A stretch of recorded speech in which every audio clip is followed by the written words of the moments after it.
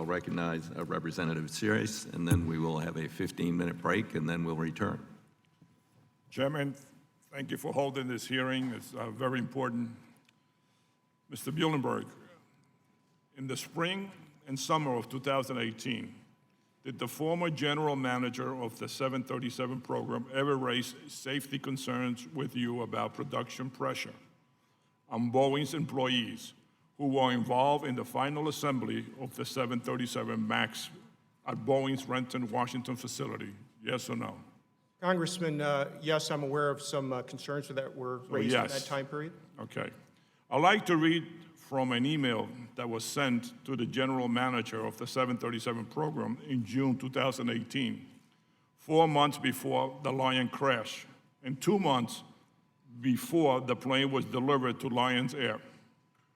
The email comes from a senior manager on the final assembly team for the 737 MAX, and it reads like this: I have some safety concerns that I need to share with you as the leader of the 737 program.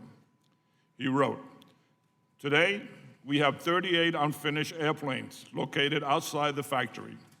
The following concerns are based on my own observations and 30 years of aviation safety experience. My first concern, he states, is that our workforce is exhausted.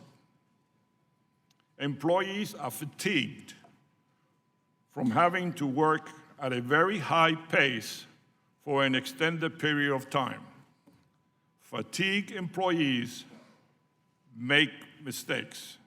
My second concern is schedule pressure in creating a culture where employees are either deliberately or unconsciously circumventing established processes.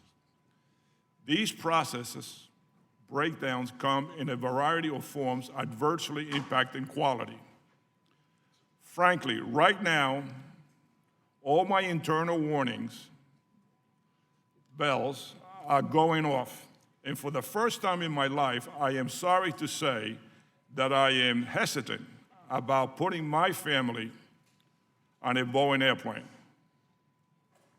The employee was so concerned that he recommended shutting down the production. And he states, I don't make this recommendation lightly, he wrote. I know this would take a lot of planning, but the alternative of rushing to build is far riskier. Nothing we do is so important that it's worth hurting someone. Mr. Muhlenberg, I know this employee also wrote to you personally in December 2018 after the Lion air crash, as he spoke with Boeing's assistant general counsel several times after that. My question is, what have you done to ensure the safety issues Boeing employees raise are properly addressed? I mean, you went through before a whole litany of what you do with employees. It seems that this one must have escaped somewhere. Yeah, Congressman, I'm familiar with that last communication that you referenced, where the employee sent, or I believe he was a previous employee, a retired employee. He's retired, yes. He went on to retire after 30 years. I recall his email, and we did have several follow-up sessions with him. I told him I appreciated the fact that he brought up those issues and concerns.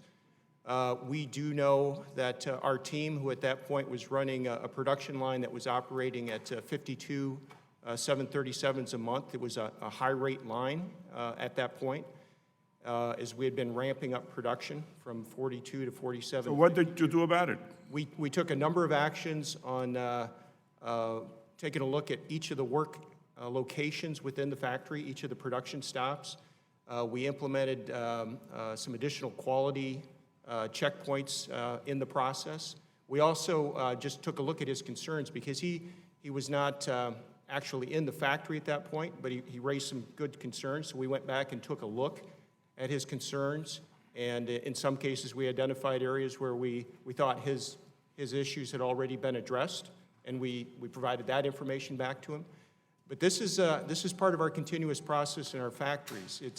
It's very, very important that we set up a culture where, again, safety is first in the factories, and that comes with quality, as you well pointed out.